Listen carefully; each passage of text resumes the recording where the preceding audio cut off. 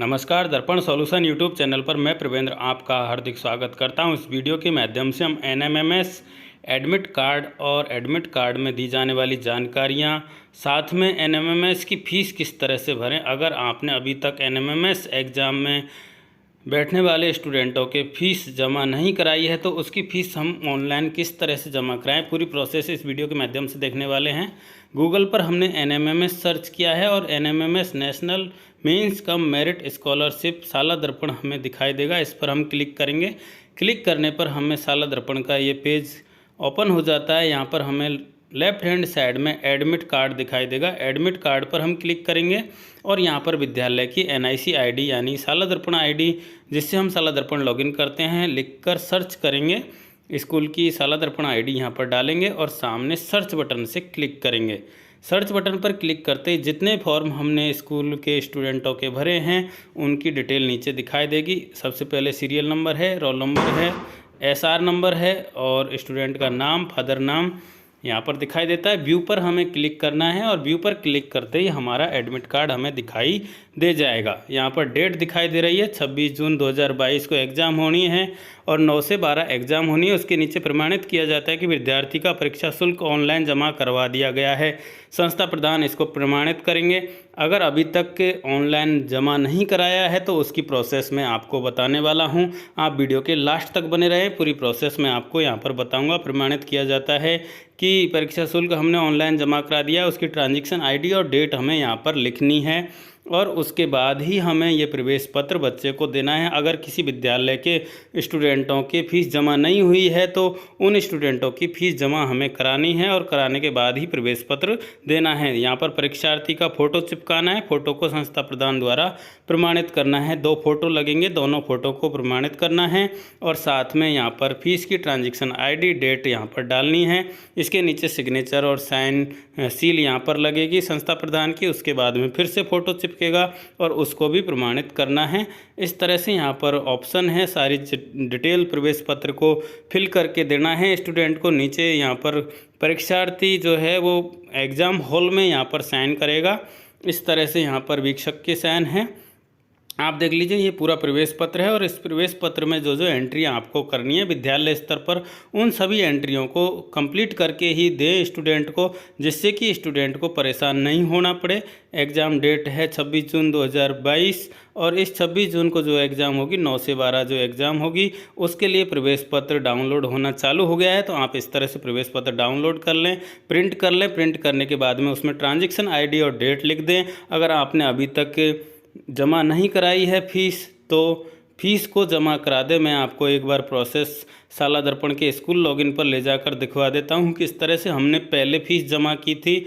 क्या अब भी वहां पर हमारा ऑप्शन दिखाई दे रहा है? अगर दिखाई दे रहा है तो हम वहां से कर सकते हैं, लेकिन अगर वहां दिखाई नहीं दे रहा है, वहां समस्या आ रही है कि डेट निकल चुकी है या डेट स्टार्ट नहीं हुई, इस तरह से मैसेज आता है, तो हम किस तरह से फ़ीस जमा करेंगे वो प्रोसेस भी आपको मैं बताने वाला हूँ। एनएमएमएस के अंदर गए योजनाओं में, वहाँ पर हमने फील्ड एप्लीकेशन देखे, फाइनल सबमिटेड एप्लीकेशन हमारे 4 हैं और इनके नीचे फीस डिपॉजिट का ऑप्शन हमें दिखाई देता है। जैसे ही हम इस पर क्लिक करेंगे, एनएमएमएस के लिए आवेदन करने की समय सीमा अभी शुरू नहीं हुई, इस तरह का मैसेज आपको दिखाई देगा, इसलिए आप यहां से फ़ीस जमा नहीं करवा सकते। इसके लिए मैं आपको अभी प्रोसेस बताने वाला हूं। सबसे पहले आप गूगल पर जाएं और गूगल पर जाने के बाद में आगे की प्रोसेस जो होगी फ़ीस जमा कराने की, उसमें आप एक एक स्टेप हमारे द्वारा बताई गई स्टेपों के अनुसार फॉलो करें, जिससे कि आप सही फ़ीस जमा करा पाएँ। ऑनलाइन जो फ़ीस जमा कराने की प्रोसेस है वो पहले वाली ही प्रोसेस है, लेकिन अभी डायरेक्ट लिंक से नहीं प्राप्त हो रहा है। तो हम सबसे पहले गूगल पर जाएंगे और गूगल पर हम SBI सर्च करेंगे। SBI state bank of India search करेंगे या फिर हम SBI कलेक्ट भी सर्च कर सकते हैं। SBI लिखकर हमने सर्च किया, स्टेट बैंक ऑफ इंडिया की ऑनलाइन SBI.com वेबसाइट हमारे सामने आ गई है। स्टेट बैंक ऑफ इंडिया लिखा हुआ हमें दिखाई देगा। ऊपर वेबसाइट है www.onlinesbi.com। ये ध्यान देने वाली बात है, आप गलत वेबसाइट पर नहीं जाएं। ये साला दर्पण से पहले लिंक था तो हमें पता नहीं चलता था कि हम कहाँ जा रहे हैं।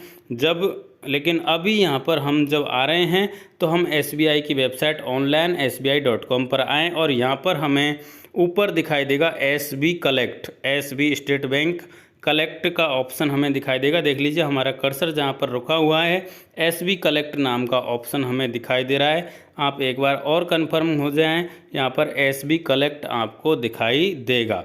देख लीजिए आप इस तरह से, या फिर आप SB कलेक्ट डायरेक्ट सर्च कर सकते हैं। इस तरह का इंटरफेस आएगा। जैसे हम SB कलेक्ट पर क्लिक करेंगे, यहाँ पर दिशा निर्देश दिए हुए हैं, टर्म्स दिए हुए हैं, उनको हमें पढ़ लेना है और नीचे हमें चेक बॉक्स दिखाई देगा, उस चेक बॉक्स पर क्लिक करना है। निर्देश पढ़ने के बाद में हमें नीचे चेक बॉक्स दिखाई देगा। बिना चेक बॉक्स पे क्लिक किए हम आगे नहीं बढ़ सकते हैं, इसलिए हमें यहाँ पर इस पर क्लिक करके ही आगे बढ़ना होगा। तो आप इस तरह से सारे निर्देश पढ़ सकते हैं। अगर आप चाहो तो पढ़ सकते हैं, नहीं चाहते तो आप चेक बॉक्स पर क्लिक करें और प्रोसीड बटन पर क्लिक करेंगे तो आप आगे बढ़ जाएंगे। तो इस तरह से आप जैसे ही क्लिक करेंगे आगे हमारे सामने ऑप्शन आएगा कॉरपोरेट इंस्टीट्यूट का स्टेट सेलेक्ट करने का। हम राजस्थान की बात कर रहे हैं तो हम यहाँ पर राजस्थान सेलेक्ट करेंगे। आप इस तरह से देख लीजिए, हम जब प्रोसेस कर रहे हैं तो हमारे स्टेट का नाम हमें दिखाई देना चाहिए और वो स्टेट का नाम हमें यहाँ पर दिखाई देगा। बहुत सारे या ऑल स्टेट हमें दिखाई दे रहे हैं और एक एक स्टेट का नाम भी दिखाई दे रहा है। हम यहाँ पर राजस्थान सेलेक्ट करके सर्च कर लेंगे, क्लिक कर देंगे। उसके बाद में यहाँ पर अगला जो ऑप्शन है उसमें गवर्नमेंट डिपार्टमेंट हम सेलेक्ट करेंगे। टाइप ऑफ कॉरपोरेट में या इंस्टीट्यूट में जो सेकंड नंबर का ऑप्शन है उसमें हमने गवर्नमेंट सेलेक्ट कर लिया है, गवर्नमेंट डिपार्टमेंट। उसके बाद में अगला ऑप्शन हमारा गवर्नमेंट डिपार्टमेंट का नाम, name of government department, name government department का नाम हमें यहाँ पर सेलेक्ट करना है। सेलेक्ट गवर्नमेंट डिपार्टमेंट पर जैसे हम क्लिक करेंगे हमारे सामने ऑप्शन खुलेंगे और उसमें हम डायरेक्टरेट जो हमारी SIERT है उसको सेलेक्ट करेंगे। आप RSERT जो है इसको पहले SIERT नाम से जानते थे तो उसका डायरेक्टरेट SIERT हमने सेलेक्ट कर लिया और उसके बाद में हम आगे पहुंचे हैं। यहाँ पर हमें दिखाई देगा सेलेक्ट पेमेंट गेटवे। तो यहाँ पर हमें जो पेमेंट सेलेक्ट करना है उसकी आगे की प्रोसेस करनी है। तो इस तरह से यहाँ पर सेलेक्ट कैटेगरी पर हम जैसे ही क्लिक करेंगे यहाँ एग्ज़ाम फीस ऑप्शन दिखाई देगा। इस एग्ज़ाम फीस को हम सेलेक्ट कर लेंगे और फिर जैसे ही हम इसको सेलेक्ट करेंगे कुछ देर बाद नीचे हमारे ऑप्शन ऑटोमेटिक आ जाएंगे। हमें यहाँ पर थोड़ा सा वेट करना है। एग्ज़ाम फीस सेलेक्ट करने के बाद में हमें थोड़ा सा वेट करना है। वेट करते ही नीचे नेम ऑफ स्कूल आ जाएगा। हमें यहाँ पर अपने स्कूल का पूरा नाम लिखना है। एड्रेस ऑफ स्कूल आ जाएगा, एड्रेस पूरे स्कूल का जो स्कूल का पूरा एड्रेस है वो एड्रेस लिखना है। उसके बाद में डाइस कोड लिखने का यहाँ पर ऑप्शन है, डाइस कोड एंट्री करेंगे।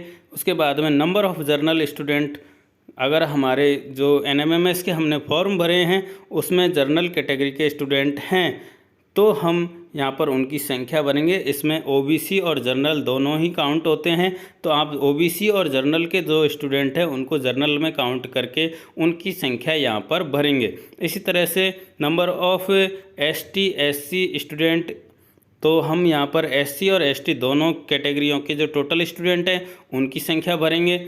और यहाँ पर ध्यान देने वाली बात है कि जो हमारी फ़ीस लगने वाली है जर्नल स्टूडेंट के लिए 50 रुपये पर स्टूडेंट होगी और ST SC के लिए 30 रुपये पर स्टूडेंट होगी। अगर हमारा एक स्टूडेंट जर्नल के अंदर है तो हम 50 रुपये उसके काउंट करेंगे और जितने स्टूडेंट SC ST के अंदर हैं तो उनके एक स्टूडेंट के 30 रुपये के हिसाब से हम काउंट करेंगे। उसके बाद में दिव्यांग स्टूडेंट कितने हैं उनकी संख्या भरनी है। टोटल कैंडिडेट कितने हो गए, ST SC जर्नल दिव्यांग सारे मिलाकर टोटल कैंडिडेट कितने हुए उनकी संख्या हमें भरनी है और उसके हिसाब से हमें फ़ीस का कैलकुलेशन करना है। हमारा एक स्टूडेंट 50 रुपये फ़ीस वाला है, 3 स्टूडेंट 30 रुपये वाले फ़ीस के अकॉर्डिंग हैं तो एक स्टूडेंट के 50 हो जाते हैं और 3 स्टूडेंटों के 90 हो जाते हैं। इस तरह से हम यहाँ पर सबका टोटल लिखकर अमाउंट लिख देंगे और इसमें रिमार्क जो ऑप्शन है उसमें हम रिमार्क लिख देंगे NMMS एग्ज़ाम 2022 फ़ीस।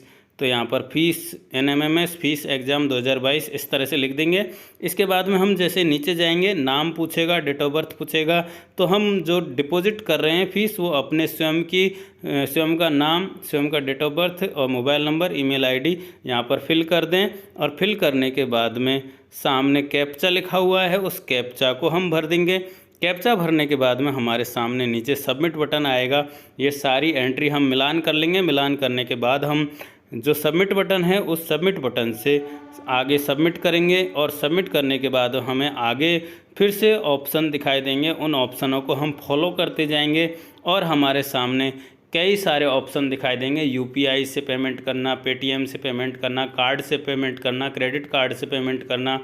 किसी एक ऑप्शन को हम सेलेक्ट कर लेंगे और उस ऑप्शन से हम अपने जो पेमेंट है उसको कंप्लीट करेंगे। इस तरह से आप देख लीजिए, सारी डिटेल आपकी सही भरी हुई होनी चाहिए। स्कूल का नाम, डाइस कोड सही भरा होना चाहिए, बच्चों की संख्या भी सही होनी चाहिए और सभी बच्चों की फ़ीस आपको एक ही बार में जमा करानी है, अलग अलग जमा नहीं करानी। जैसे ही हम सबमिट बटन पर क्लिक करेंगे, इस तरह से हमारे जो डिटेल हमने भरी है वो सारी यहाँ पर दिखाई देंगी। उसको एक बार टैली कर लें। अगर आपका कन्फर्म सही नहीं है तो कैंसिल कर दें। अगर आपकी डिटेल सही है तो कंटिन्यू बटन पर क्लिक करें। कन्फर्म बटन पर क्लिक करेंगे और कन्फर्म पर जैसे ही क्लिक करेंगे हमारे सामने हमारे ट्रांजैक्शन आईडी दिखाई देगी और उस ट्रांजैक्शन आईडी को कन्फर्म करने के बाद आप आगे जैसे बढ़ोगे वहाँ पर आपको कई ऑप्शन दिखाई देंगे जिससे आप पेमेंट कर सको। क्रेडिट कार्ड से पेमेंट कर सकते हैं, डेबिट कार्ड से पेमेंट कर सकते हैं, यूपीआई से पेमेंट कर सकते हैं, इंटरनेट बैंकिंग से पेमेंट कर सकते हैं। इतने सारे ऑप्शन आपको मिलेंगे, जिसमें से जो ऑप्शन आपको अच्छा लगे, जिसमें कम फीस लगे, उस ऑप्शन से आप पेमेंट कीजिए। यूपीआई से मैंने पेमेंट किए थे तो यूपीआई में पेमेंट पर कोई चार्ज नहीं लगा था। इस बार भी चार्ज नहीं लगेगा, इसलिए आप यूपीआई को प्रेफर कर सकते हैं।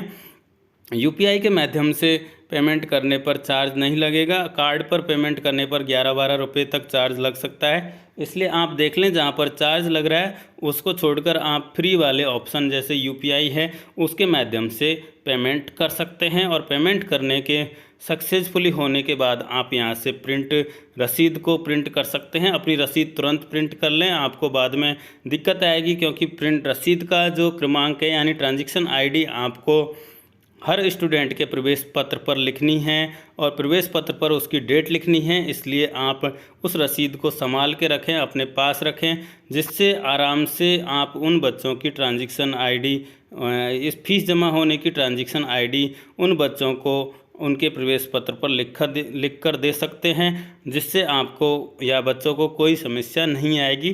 तो ये पूरी प्रोसेस मैंने आपको बताई है, जिसके माध्यम से हम एसबीआई कलेक्ट या एसबीआई की वेबसाइट पर जाकर एनएमएमएस की फ़ीस जमा करा सकते हैं।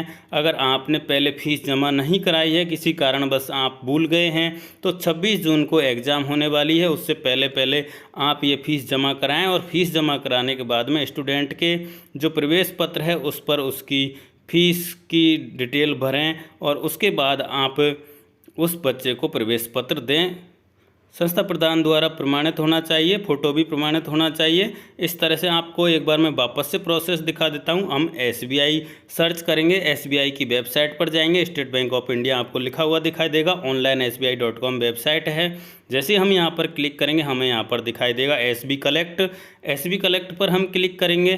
क्लिक करने पर हमें ऑप्शन दिखाई देगा, वहाँ से हम अपने ऑप्शन सेलेक्ट करते जाएंगे और हम SIERT डायरेक्टरेट के ऑप्शन के माध्यम से इस फीस को जमा कराएंगे। आप पूरी प्रोसेस वीडियो देखेंगे तो आपको कुछ पूछने की ज़रूरत नहीं पड़ेगी। यहाँ पर चेक बॉक्स है, चेक बॉक्स पर क्लिक करें, प्रोसीड करें। यहाँ पर स्टेट सेलेक्ट करेंगे। स्टेट सेलेक्ट करने के बाद में कॉर्पोरेट जो है उसका टैब सेलेक्ट करेंगे, गवर्नमेंट डिपार्टमेंट सेलेक्ट करेंगे। यहाँ पर गवर्नमेंट डिपार्टमेंट पर क्लिक करेंगे और आगे बढ़ेंगे। इस तरह से आप स्टेप बाय स्टेप आगे की प्रोसेस करते चलेंगे।